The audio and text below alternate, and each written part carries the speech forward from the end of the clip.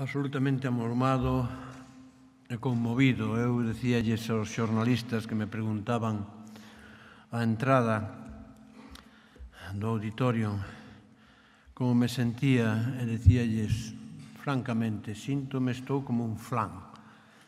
Síntome como se fose ter que facer a primeira comunión outra vez que hai 20 anos daquela historia. Síntome nervoso como cando tiña que ir a examinarme por libre no bacharelato ante tribunal no Instituto Xermírez que estaba en Mazarelos daquela.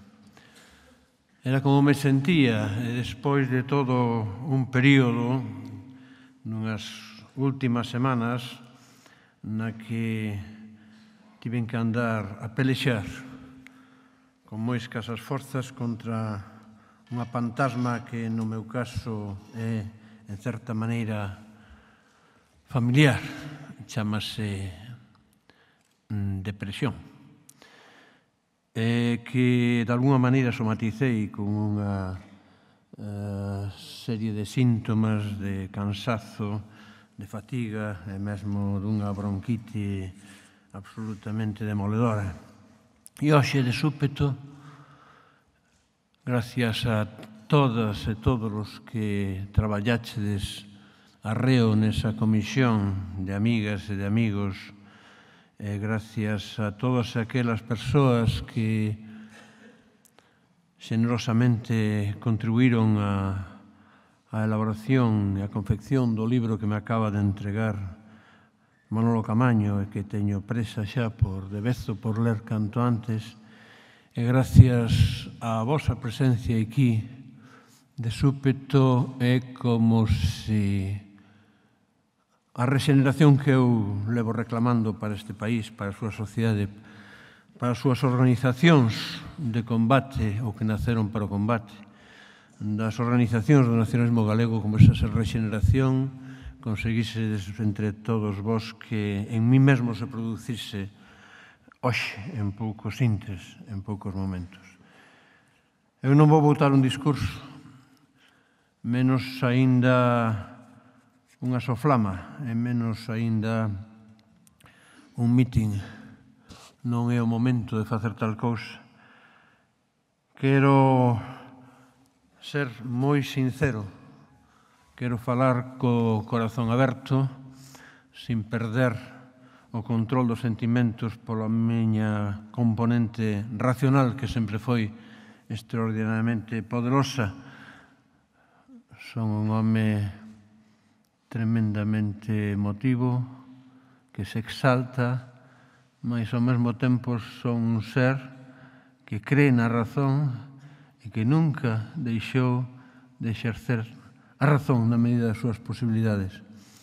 Pero eu estou-me lembrando, levome toda a sesión lembrando, mentras escoitaba falar a uns e outros, recitar a Pepe Cácamo, recitar a Miguel Anxo, falar a Víctor Freixanes expoñendo o libro, falar a Manolo Camaño e escoitando a música de Paulino Pereiro, aos dous Casal, ao Nando Casal, que é todo un símbolo de Milladoiro, por lo tanto un símbolo de xurdir da música popular culta neste país, o seu fillo Roi coa súa arpa celta, e máis os meus amigos, o García, e máis o Soto, interpretando esa que foi para min como unha especie de pequeno símbolo a nivel da intimidade,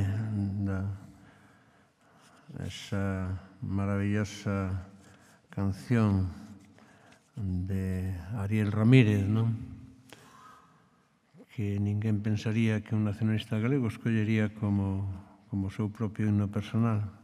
Mentras estaba escoitando todo eso, non podía cesar de lembrarme de Valentín Arias, pero Valentín Arias moi fundamentalmente o vello compañeiro dos anos 60 en Vigo, o vello compañeiro dos primeiros anos do PSG, do traballo na Revista de Economía de Galiza, dos primeiros esforzos por facer tamén sentirse a voz do galego é o noso idioma nas ondas, o tempo daquela primeira emisión en galego con Xosé Luis Franco Grande e con Xoana Torres, Raíz e Tempo, na emisora da Voz de Vigo dos anos 60. Non podía tirar do Maxín porque é unha injusticia, unha brutal injusticia que o Valentín non puidese estar hoxe aquí connosco, nada máis que en espírito, porque en espírito sí que está. Pero tamén ao mesmo tempo estaba me lembrando como son xa, queira que non, un vello, non sei se Petrucio ou non, pero un vello, desa santa compaña de fantasmas amigas que xa o acompañan a un a cotío, que son todos os amigos e amigas, os compañeiros de sempre, que xa están no alén, dende os vellos pexegos dos anos 60, os upegallos dos anos 60, mesmo os peixes dos anos 60, os alcumes cos que nos identificábamos, os do PSG, os do UPG, os do PC, na época aquela en que en Vigo Xosé Luis Méndez Ferrín polo UPG, Alexandre Cribeiro polo PC, que quería ser PC galego, galeguista e nacionalista e asumir o principio do nacionalismo galego, e eu mesmo, e despois, ou algo despois tamén, Camilo Nogueira, coordinábamos de algún xeito pois as movidas e as accións no plano cívico da revolta antifranquista na protesta na medida dos posible naqueles tempos. Eu só podo aceptar esta homenaxe non como tal, senón como unha xuntanza fraternal e como unha homenaxe a unha xeración. Cando Manolo Camaño e Valentín falaron ao principio de todo desta intención, eu aceptei, pero dixenlles, eu únicamente acepto na medida en que iso poda ser que eu funcione como un espello de todos vós. Un espello que recolle a imaxe de todos vós, pero son simplemente ese espello e de toda a xeración que retomou o testigo directamente en conexión coas supervivintes da xeración nós e do Partido Galeguista e mesmo das Irmandades da Fala, a traveso na conexión cos que empezaron a montar os dispositivos da loita cultural posível baixo o franquismo arredor da editorial Galaxia nos anos 50. E esa xeración, en rigor, o que ten para min como definicións primordiais é que unha xeración de xentes que nos movíamos por valores e nunca por intereses, e que tiñamos a ética como fundamento da política e primordialmente a ética da fraternidade, a ética da irmandade, na irmandade no sentido da noción histórica das irmandades dos irmadiños, polo tanto, da auténtica revolución baixo medieval das camadas de servos e da burguesía das cidades e da fidelía baixo frente ao poder despótico dos Estado, da Castilla e da nobreza alburgueira e bárbara. Ese é o primeiro sentido que ten a noción de irmandade, pero logo a noción de fraternidade idéntica de irmandade non no sentido patriarcal, senón no sentido do bloque de esquerda da Revolución Francesa de 1789. A fraternidade como principio de democracia horizontal, como principio necesario para inserir no bloque de emancipación ao cuarto Estado, aos sans-culottes, aos que non tiñan nada, nin medios para vivir. Ese é o sentido con que entra nas Irmandades da Fala e o sentido con que está no nacionalismo galego dende os precursores do Partido Galeguista. E por eso eu sempre me lembro das cartas cruzadas entre meu pai e a Braira en América, a Braira e outros, o Arturo Cuadrado, as cartas cruzadas con Otero Pedrallo. Unha delas deixoume meu pai para que recibise póstumamente metida no libro de calificación escolar meu do bacharelato. Nunca me mostrara unha carta de Otero Pedrallo, meu pai, no momento do conflito, na primavera do 36, do conflito entre a dereita galeguista acaba de extindirse e o Partido Galeguista. Nas cartas con Carballo Calero, nas cartas con Paco del Riego, nas cartas sempre eran irmáns.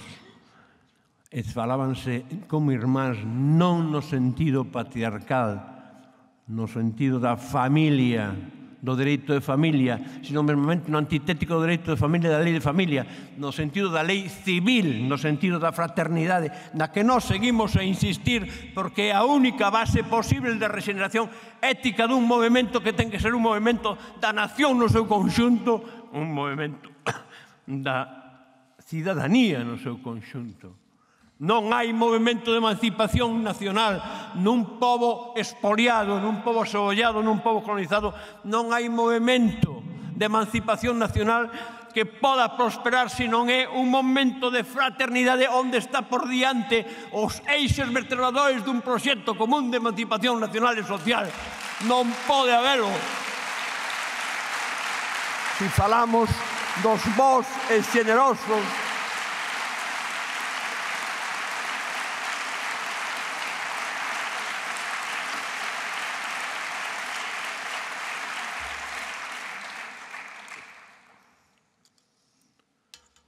algúns,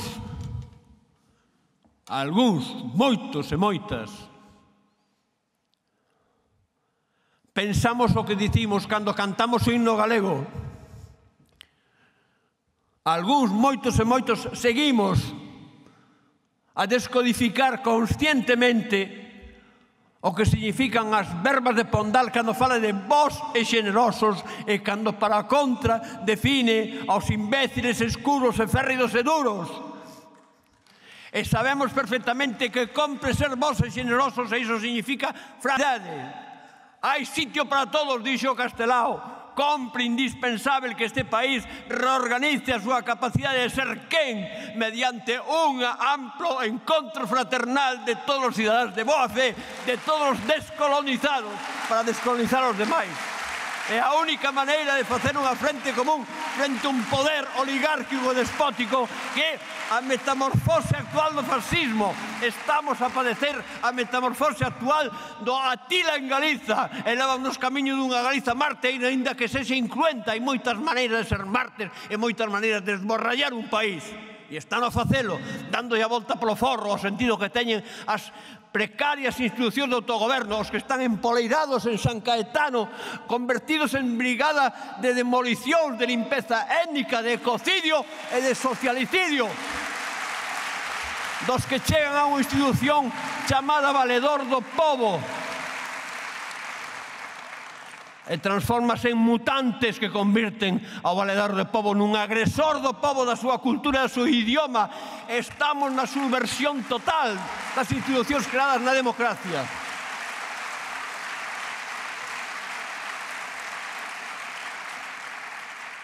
E frente a iso, ou ben facemos profesión da ética, da solidariedade, da fraternidade e da igualdade, ou ben facemos profesión e práctica dos principios republicanos dunha sociedade en clave da nosa nación e do noso pobo, ou seremos falsos, mentiráns e non seremos bos e xenerosos e estaremos mal que ben traicionando aos nosos ancestros, traicionando a loita dos Bóveda, dos Castelaos que invocamos, dos Faraldo, dos Rosalía, de todos os demais.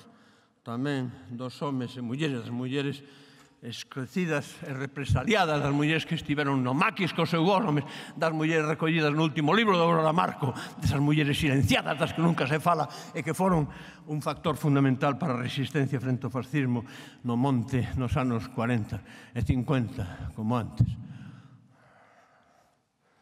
Eu non viñei aquí a botar un mitin. Non. Eu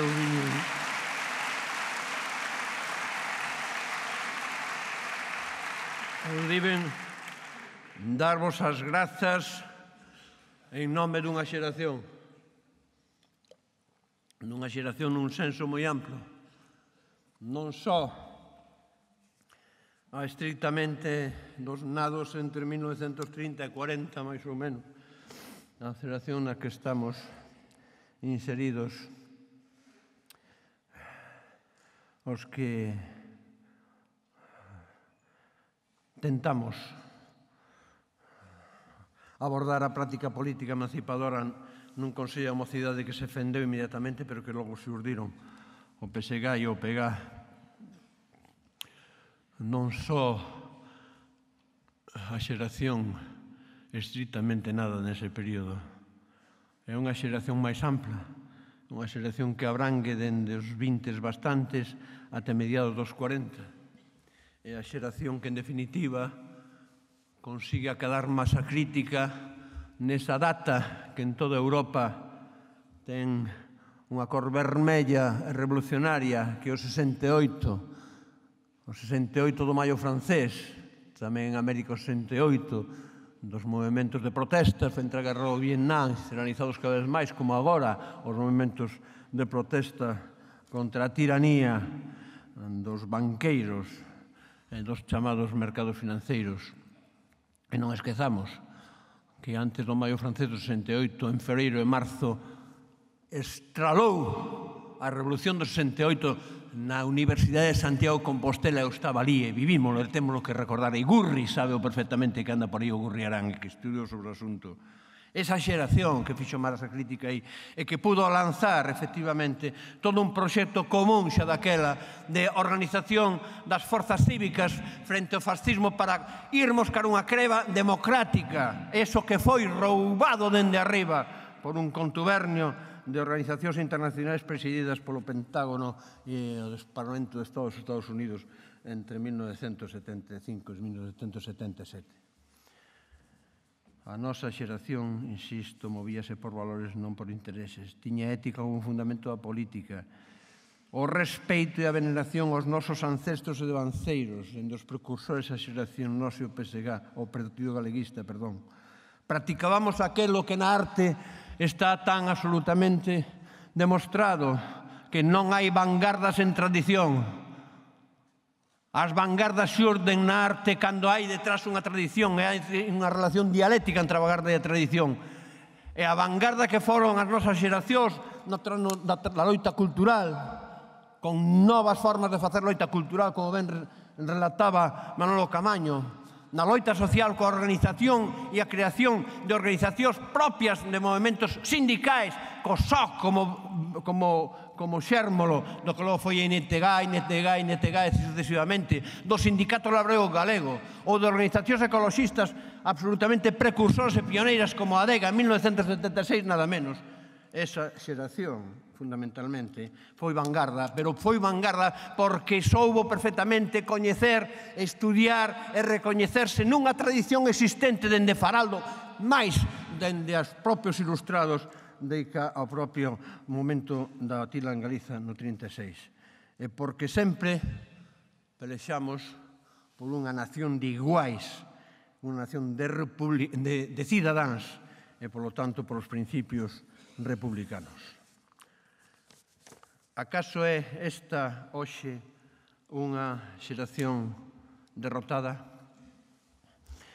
Nos momentos de máis negro pesimismo nos últimos tempos eu con frecuencia teño dito, teño confesado aos meus íntimos, a xente nova coa que traballo no encontro, pero non só a xente nova, os compañeiros, as compañeiras, aos meus propios fillos, que eu coido que son membros dunha xeración derrotada, porque era a xeración chamada a dirixir, a liderar, a protagonizar o post-franquismo, e fomos unha xeración suplantada por outra xente que non tiña detrás esa trayectoria de combate.